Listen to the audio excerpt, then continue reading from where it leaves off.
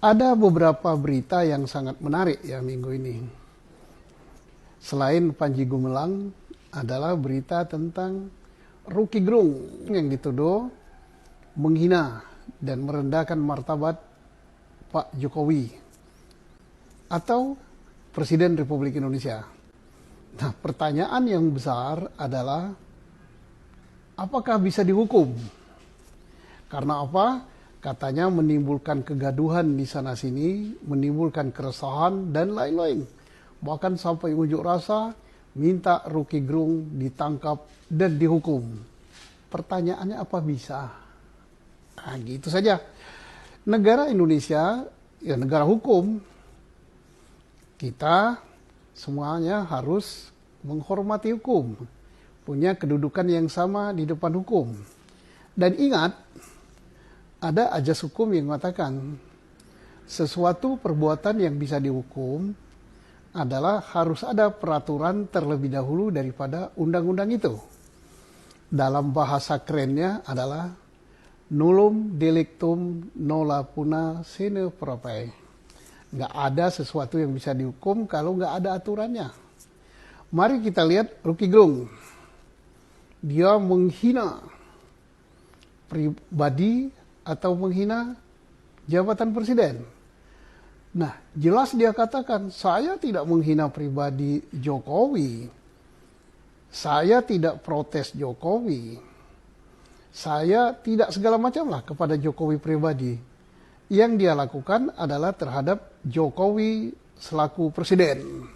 Nah, jelas jabatan. Reaksi masyarakat luar biasa. Bahwa Roky Gerung telah merendahkan simbol negara, lambang negara, sehingga harus ditangkap, harus dihukum. Nah, begitu ceritanya. Bahkan tidak kurang dari istana gitu ya. Petinggi istana, kepala staf kepresidenan Pak Muldoko sampai mengadakan keterangan pers. Sampai mengatakan bahwa itu penghinaan luar biasa dan sudah tugas daripada kepala staf kepresidenan. Dan minta aparat supaya memprosesnya. Pertanyaannya bisa nggak diproses? Mari kita lihat. Akan diproses dengan apa? Penghinaan atau merendahkan martabat atau apalah namanya sejenis itu terhadap Presiden Republik Indonesia. Nggak ada aturannya. Dulu ada, masuk pasal 300 sekian lah, 316 apa berapa. Sekarang nggak ada. Pasal itu udah dicabut oleh MK. Terus mau dihukum pakai apa kalau nggak ada undang-undangnya? Jadi jelas tidak bisa ya. Sudah gugur itu. Oke, ditarik. Wah, itu pribadi. Menghina pribadi presiden. Nah, ada dua pertanyaan. Roky Gerung mengatakan saya tidak menghina Pak Jokowi selaku pribadi. Saya menghina presiden, bukan menghina, tapi saya protes. Saya koreksi terhadap presiden. Oke lah, itu alasan Roky Gerung. Tetapi bagaimanapun juga pribadi Jokowi. Tapi sudah gugur. Kenapa? Delik itu adalah delik aduan. Harus Pak Jokowi sendiri yang ngadu. Bukan delik laporan, dia ngadu. Nggak boleh orang lain. Dan Jokowi udah jelas mengatakan, itu masalah kecil lah. Nggak saya urusi, yang penting saya kerja. Berarti udah selesai. Nah, timbullah banyak yang kepanasan. Entah kepanasan panas benar, entah kepanasan ingin cari apalah kepada presiden gitu kan. Tapi jelas tidak bisa dihukum lah gitu kan.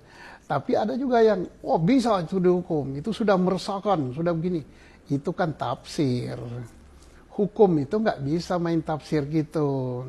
Nanti dikira kriminalisasi. Tapi ada juga yang nggak puas. Kan bisa dijerat dengan undang-undang ITE. Itu kan undang-undang keranjang sampah. Nanti pasti reaksi orang kalau dipakai undang-undang itu adalah mencari-cari dan kriminalisasi. Ya malulah negara gitu. Dan dengan kejadian ini siapa sih yang makin terangkat namanya? Ya jelas Pak Jokowi, pamor Pak Jokowi semakin naik. Namanya semakin baik sebagai negarawan, dan sebagai presiden yang tidak tebal telinga akan kritik, tidak tipis telinga akan kritik. Dia nerima kritik, bagus, jadi nama Pak Jokowi terangkat. Yang kedua yang dapat panggung siapa? Ya Rocky Gerung. Rocky Gerung dapat panggung karena berbagai pihak menanggapi, media menanggapi, pakar-pakar hukum menanggapi, terus politisi menanggapi, tim sukses menanggapi. Jadi yang menang Rocky Gerung gitu kan, nomor 2 pemenangnya. Nomor 3 yang kehilangan pamornya ya orang-orang yang merasa kepanasan, dianggap tidak ngerti hukum, dianggap tidak belajar hukum, dan sebagainya. Nah inilah, jadi kita harus hati-hati. Hal ini ya nggak bisa dihukum lah. Terus undang-undang ITE yang akan diajukan, mohon agar penyidik, ya polisi lebih berhati-hati. Ya, sampai nanti dikira polisi diperalat untuk hal-hal mempolitisasi hukum dan dianggap kriminalisasi. Nggak bagus lah, ini negara demokrasi, kita bebas berpendapat dan segala sesuatu diatur oleh hukum. Jadi kesimpulannya nggak bisa. Yang katakan nggak bisa itu bukan saya, undang-undang.